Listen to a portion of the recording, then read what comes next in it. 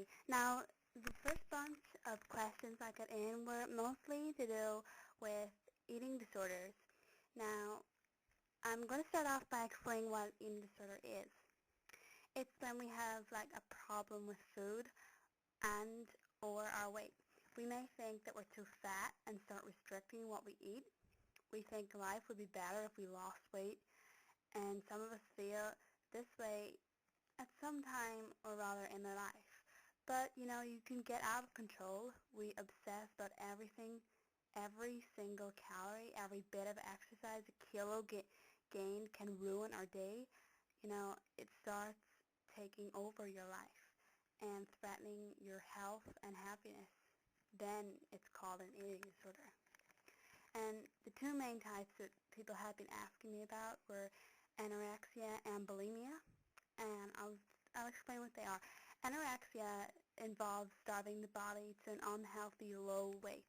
Our hair can fall out, our bones get thin, our nails get brittle, periods may stop, dark, downy hair can start growing on our arms, and pretty much what downy hair is when your body starts losing all the fat it needs to keep warm.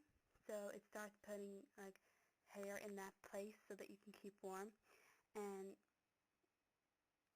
it's not very appealing. It can look really bad.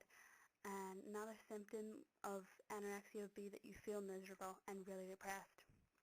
And the difference between anorexia and bulimia is that bulimia involves binging food. This means stuffing food in a fast, helpless way, then vomiting after eating. So mostly you'd see like people who are like really skinny, and then you see them eat like burgers and jam tarts and cakes and donuts, and then you're like, why are they so thin after eating so fatty food? But they're just going into the toilets and making themselves sick after that. That's bulimia. Or another thing that you could have if you have bulimia is taking laxatives. They're pills that make you poo more to try and lose weight. If you're vomiting a lot, your teeth, they start to rot away because acid erodes your esophagus and your teeth. And also, you do feel miserable if you're bulimic. And some people with eating disorders become so ill they end up in hospital. Some find they can't have babies when they're older, and occasionally people do die because, come on, you need food to live. And if you're starving yourself of that food, you're going to die. That's a simple way of explaining it. And I got a message in from this wee boy saying, why do people get eating disorders? And, simple answer to that is stress, bad experiences, teasing. If you're overweight and you feel you need to lose weight, pressure, media pressure off like models, size 0, the whole pressure in teenagers this day in time is really, really bad. Some people are just naturally more prone to eating problems. Others develop a mixed-up attitude to food as they get older. An example would be, I work really hard at school. I'm a perfectionist about everything. No way am I going to be a lardy. That was, a quote.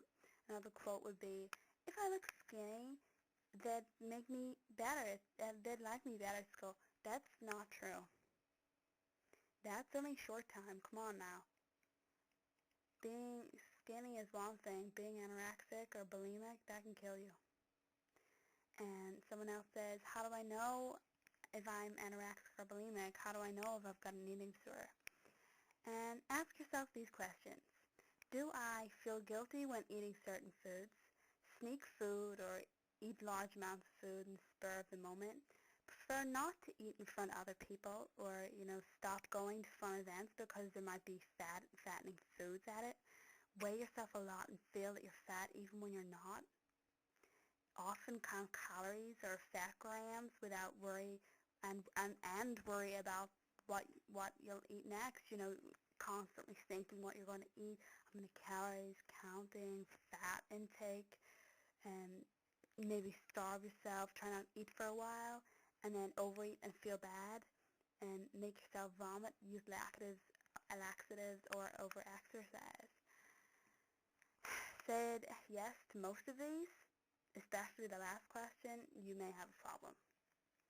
And my advice would be talk to your GP. Don't waste any time. The sooner you